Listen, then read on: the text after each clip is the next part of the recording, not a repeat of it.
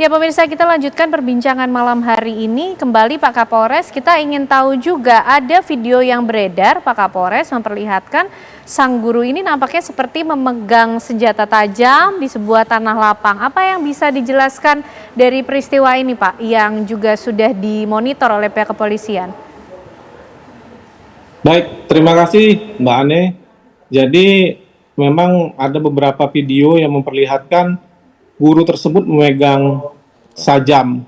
Jadi dari hasil informasi yang kita kumpulkan di lapangan, dari hasil wawancara, baik dari para siswa, guru, ini pada saat guru ini merasa terancam, kemudian guru ini mengambil sajam di ruang praktek. Artinya di sini SMK Pertanian, Mbak Ani. Jadi memang ada seperti parang, cangkul. Jadi inilah yang dipegang oleh guru ini dengan tujuan agar siswa tersebut tidak melakukan pemukulan lagi atau pengeroyokan. Seperti itu informasi yang kita dapat.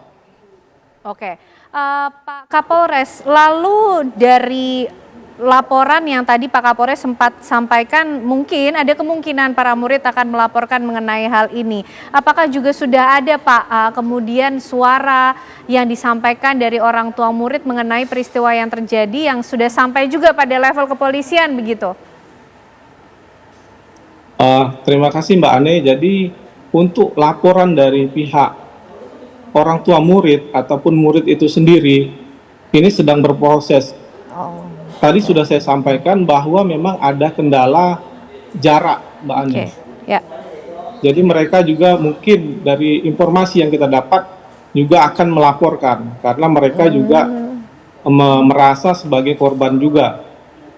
Ini merupakan hak dari setiap warga negara. Artinya kita dari pihak kepolisian tetap akan mengakomodir apabila dari pihak murid ataupun orang tuanya mau melapor ke pihak kepolisian, demikian Mbak. Oke, baik Pak Kapolres. Bu Retno, sistem sudah ada, kemudian aturannya juga sudah ada yang harusnya bisa menjadi wadah pengaduan, pelaporan apapun atas pelanggaran yang terjadi di dunia pendidikan. Tapi nampaknya tidak berjalan seperti yang seharusnya, Bu Retno.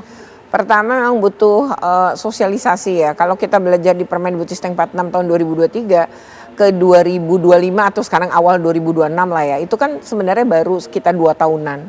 Itu mungkin belum ya terus selesai dengan baik. Ketika belum, kemudian katanya dievaluasi oleh menteri yang baru, lalu menteri yang baru mengeluarkan lagi penggantinya yaitu Permen Dikdasmen nomor 6 tahun 2026. Nah ini apalagi belum disosialisasi sama sekali kan. Nah tapi secara prinsip begini, kalau kita berpatokan pada aturan yang sebelumnya itu sebenarnya sudah bagus. Di mana sekolah itu pertama ada namanya penguatan tata kelola. Penguatan tata kelola itu diantaranya tadi membangun membentuk tim PPK yang tadi dari guru dan orang tua. Jadi segala bentuk kekerasan tuh tim PPK yang nanganin. Jadi bukan wakil kepala sekolah, bukan BK, tapi oleh tim PPK yang terdiri dari guru dan orang tua. Nah, kenapa penting agar orang tua terlibat itu agar anak-anak juga percaya atau lingkungan sekolah percaya bahwa ini nggak cuma guru tapi ada orang tua gitu. Keberpihakannya menjadi netral. Jadi lebih netral. Atau kalau korbannya guru juga nggak usah khawatir bahwa di sini tuh ada orang tua juga ada guru, jadi yang lebih melihat dengan lebih berimbang. Kemudian yang kedua ini kan tidak seperti polisi sebenarnya tugasnya adalah melakukan pemeriksaan semua tapi tidak boleh konfrontasi. Jadi harus satu-satu. Tim PPK 5 misalnya ada saksi 4 diperiksa satu-satu.